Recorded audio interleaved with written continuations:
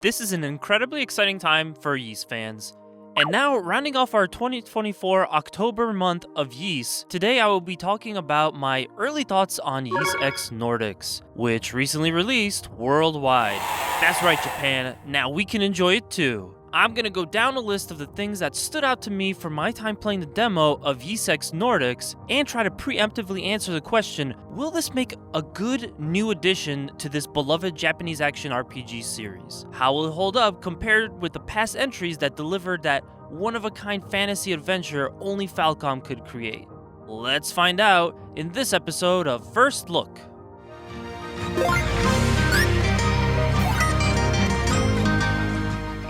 So I know I started off by calling back to the legacy of this franchise, but it's interesting to note that behind the curtain, this game had slightly different folks at the helm, and the intention was to make it different from past entries. Personally, I was a little off-put by that when I first saw it. As a fan, I only want the series to return to its roots as much as possible, yet I remain steadfast and hopeful.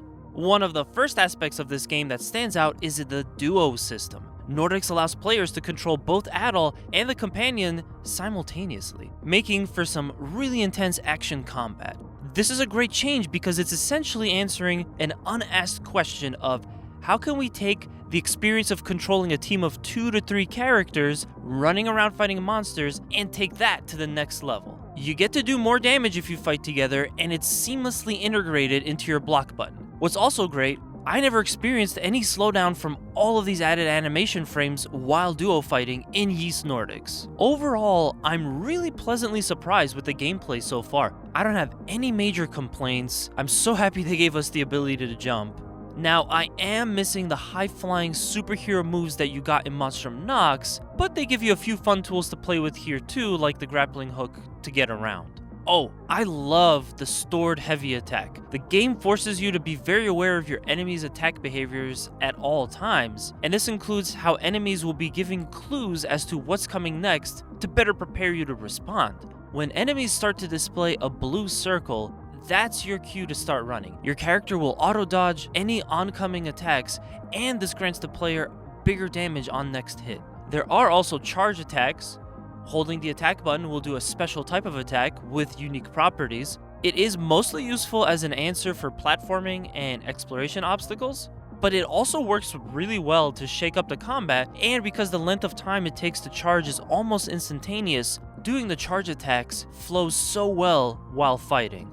And I couldn't go on about the new gameplay mechanics without mentioning ship warfare. It's a little rough around the edges. I expect I haven't fully explored what we will be capable of doing in this mode after some time spent unlocking newer skills to utilize. But again, this is still a fun addition to the game. Longtime fans of the series have known Adol to be no stranger to the sea. However, players have never had the opportunity to freely command a ship. Going around sinking enemy ships is a perfect direction for them to take for ysx, and it's no surprise that this was one of the selling points of the new gameplay. Now for a few cons that I noticed in my early time with ysxnordics. Again, as with the last 2 games, it felt like Falcom might be pushing what they're capable of here. I love Ys 8, 9, and even so far 10, but they all kind of feel like jrpgs with great intentions that are suffering from a few limitations. Talking about the ship sections a moment ago, I really can't help but look at the water and just go, wow, this water is really bland. One problem in this game is, in putting the player out there on the open sea, there's a lot of empty space for miles, creating an unintended feeling of a desolate and bland game world. And it's not just the seas either. Some areas on land also suffer in this way. The terrain is at times incredibly well detailed, as are the dungeons, but every now and again I see out of the corner of my eye a whole lot of nothing. Let's compare towns. Why do they always have to be so empty? 9 was like this too. A real town needs to be full of life because things are always happening. And even if it's a pretty lonely town, there's still gonna be a ton of little details scattered all over the place. So that's really missing from the first town in this game. Look back at a GameCube title like Super Mario Sunshine. Delfino Plaza is essentially also a big empty space, save for a couple of buildings and some people.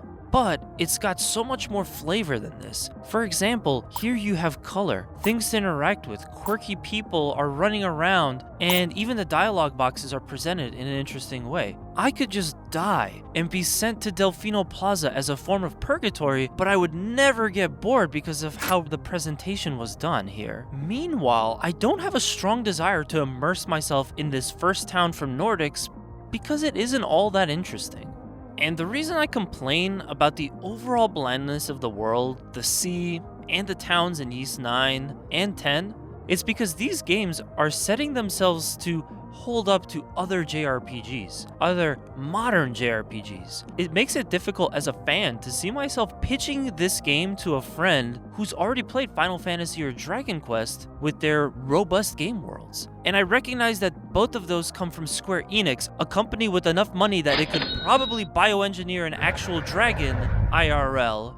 But the thing is, Ys and Dragon Quest, and the Mana games, and all the other recent JRPGs can be considered for argument's sake contemporaries, especially since they're all done in a similar style now. So when your contemporaries have more dough for the bakery, they're gonna bake more buns than you. This isn't about buns. As a total tangent, I publicly want Falcom to make a new Ys game in the old isometric style where they can probably remain within their budget ceiling.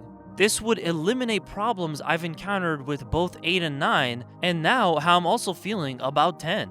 I want a new Ys game where I don't have to feel like I'm playing something that's stretched thin by good-intentioned ambitions. Which brings me to the story. Can't be. The story in Nordics is really cool.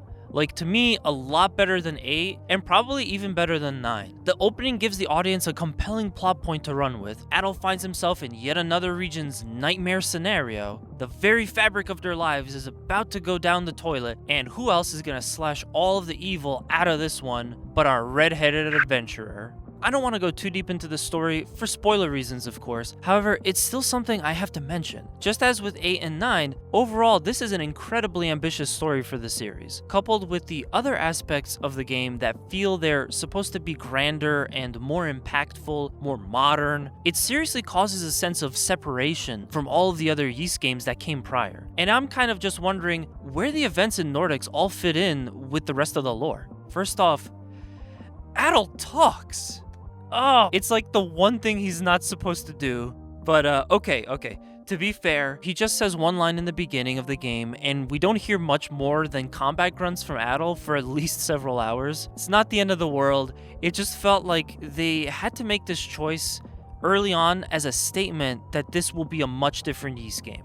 Everything we've talked about up to this point is that new direction for this series, which was a deliberate choice. It was a choice for the sake of mixing things up, which can either hit the mark and be a welcomed improvement, or it can be generally detrimental to what the experience should be. As much as I like the good in this game, and I'm hopeful that things only go up from here, I can't shake the realization that Nordics is very oblong for what a Ys game should be like. But that's enough talking for now. I really want to get back and play some more of this. I think this game is really going to shine, similar to 9, in that new players can enjoy it a lot, while more tenured Ys fans might be off-put by the different flavor of experience that we're getting here.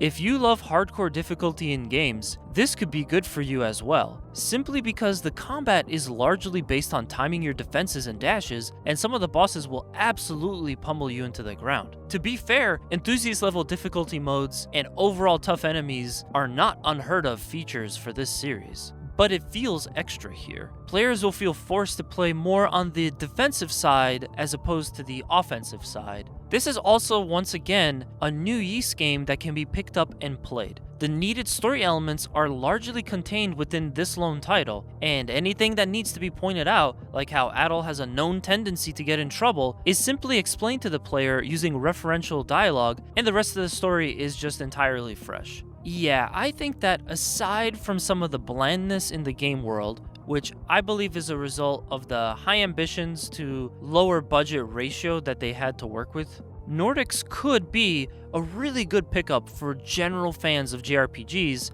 and the less picky of us Ys fans as well. Please note, I haven't finished this game. I'd love to do a full quickscope on ysxnordics eventually, but you will be hearing more of my thoughts about it in the 2024 Game of the Year video on our channel. And I'm also curious to see where this would fit onto my list of favorite Ys games, considering the recently released list I did for the Ys series, where I ranked all of the Ys games I played from worst to best, which you can find that linked in the card above me. Now that there's a new game, obviously, once I'm done playing it, we will need to make an addendum to the list. Now, if there's one takeaway from this video that could influence Falcom's next direction for this series I care so deeply about, I hope that they can one day make a new Ys game in the older style. Not every jrpg series needs to be a massively open experience, and I think Falcom is selling the series short here by trying to fight for a share of the Final Fantasy, Dragon Quest, Xenoblade Chronicles pie. I hope they realize that doing so involves a lot of playing catch-up, which then shows through in the form of game flaws, risky design choices, and other drawbacks. By the time they get to the tray, there's no more pieces of delicious pie left, only let down, disappointed fans and some leftover chocobo feathers. And that's gonna do it for this one. Guys, please let us know what you think in the comments below. Have you played Ys X? We're dying to know what you think about it. Once again, this is pretty much the conclusion of our month of Ys, so we really hope that you enjoyed all of the Ys content. But yeah, this was a really cool time to be a Ys fan. I couldn't say that I would be happier, because honestly, getting to play a bunch of old Ys games up to a brand new worldwide release Ys game is really cool. And like I said, I think there's a lot to be enjoyed here. It might just take some time for you to get used to some of the ship combat and all that stuff. But yeah, thank you so much for watching. Make sure to like, comment, subscribe on this video. Go ahead, share it out. We'll have plenty of more first looks to get newly released games out to you soon as we can. We're always dying to do that. If any developers watching want to throw a code our way as well, we would be happy to review your games. And yeah, this has been Mash the Stampede for TooStupidGamerz. Happy day to be a Ys fan. We'll see you next time.